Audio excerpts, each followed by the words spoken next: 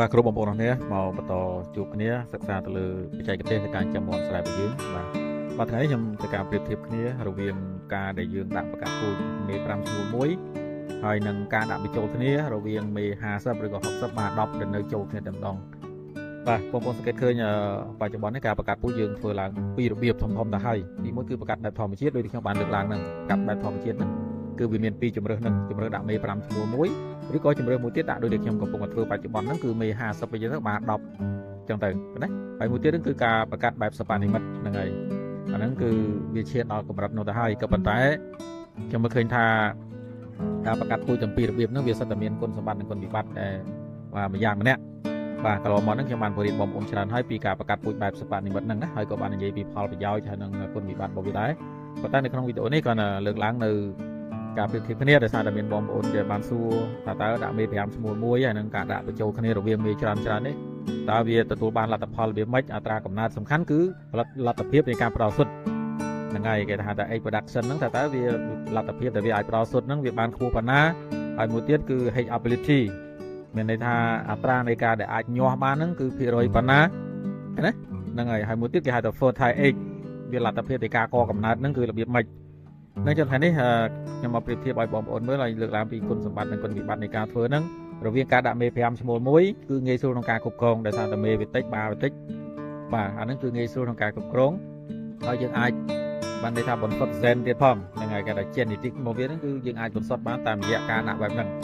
បាទប៉ុន្តែអ្វីដែលធ្វើឲ្យមានផលប៉ះពាល់គឺការបង្កកំណើតក៏វាមានផលប៉ះពាល់ច្រើនដោយសារតែបើសិនជាបាវានៅក្នុងបន្ទប់មួយនោះវាអត់មានសមត្ថភាព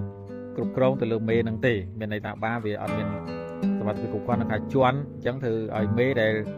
រស់នៅក្នុងបន្ទប់តែមួយហ្នឹងវាប្រឈមទៅនឹងការដែលអត់មានកូនហ្នឹងតែម្ដងហ្នឹងហើយ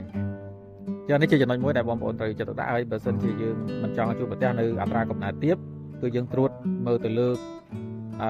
ការប្រកាសពូជបែបនេះគឺជាប្រចាំមានន័យថាតាមបានទៅលើសុខភាពបាឲ្យបានទៀងទាត់ដើម្បីប្រកាសថាបានឹងឯងមានភាពសកម្មនៅក្នុងការជន់បាទដើម្បីឲ្យកូនដែលវាបងដែលវាបានមកហ្នឹងវាលទ្ធភាពដែលកកំណើតនោះវាខ្ពស់កន្លែងហ្នឹងណាបាទវានៅកន្លែងហ្នឹងទេតែបើធៀបទៅនឹងការដែលប្រកាសពូជបែបដាក់បញ្ចូលគ្នាច្រើនហ្នឹងហើយដូចតែវីដេអូបង្ហាញនេះខ្ញុំបច្ចុប្បន្នខ្ញុំធ្វើអាហ្នឹងបាទបើធៀបមើលគឺលទ្ធភាពនៃការផ្ដល់សុទ្ធគឺមិនខុសគ្នាប្រហែលទេហ្នឹងហើយ egg production ហ្នឹងគឺមិនសូវខុសគ្នាប្រហែលទេបងប្អូនវាអាស្រ័យទៅលើអាយុរបស់សត្វអាស្រ័យលើគុណភាពរបស់ចំណីអាស្រ័យលើសុខភាពហើយនឹងបរិស្ថានដែលវារស់នៅនោះវាល្អប៉ុណ្ណាដើម្បីងាយស្រួលដល់ការរស់នៅរបស់វាអាស្រ័យលើកន្លែងហ្នឹងអញ្ចឹងមិនន័យថាពាក់ព័ន្ធនឹងអត្រាពងគឺមិនខុសគ្នាឆ្ងាយទេអត្រាកំណើតគឺអាចនឹងការដាក់របៀបមេច្រើនបាច្រើននេះគឺល្អជាងបាទល្អជាងដោយសារតែបាវាមានឱកាសក្នុងការជន់មេបានដោយសេរីមានន័យថាមេនឹងឯងទៅបាមួយមិនមានលទ្ធភាពក៏បាផ្សេងទៀតវាមានសមត្ថភាពជន់ទៅលើមេនឹងដែរបើធៀបគ្នាមើលអត្រាកំណើតទៅលើពងហ្នឹងគឺការប្រកាសពូជបែបចម្រុះនេះអត្រាកំណើតខ្ពស់ជាងបាទកន្លែងហ្នឹងណាបងប្អូនអាចតាមបានមើលបាទហើយកាលណាតែអត្រាកំណើតខ្ពស់ជាងលទ្ធភាពនៃការញាស់ក៏វាខ្ពស់ជាងដែរតែបើកកំណើតច្រើនញាស់ក៏វាច្រើនដែរអាហ្នឹងវាជារឿងអញ្ចឹងណាបាទនេះគឺដើម្បីដោះស្រាយចម្ងល់បងប្អូនដែលបានសួរមកថាតើការប្រកាសពូជបែបពីជំរឿហ្នឹងតើមួយណាល្អជាងជាជំរឿរបស់ខ្ញុំជាបទពិសោធន៍របស់ខ្ញុំគិតថាការប្រកាសពូជដែលដាក់ចម្រុះនេះគឺ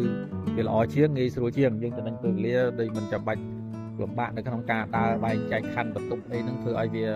ចំណាយពេលវេលានោះទេសំខាន់របៀបដែលយើងធ្វើជាជំរឿក៏ប៉ុន្តែ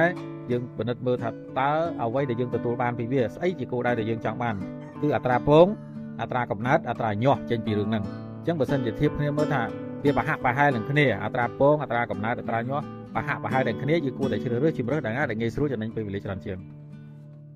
ចូលចិត្តតាមដានឬចែករំលែកមាតិកាកសិកម្មកុំភ្លេចចុច like និង follow ផេកកសិ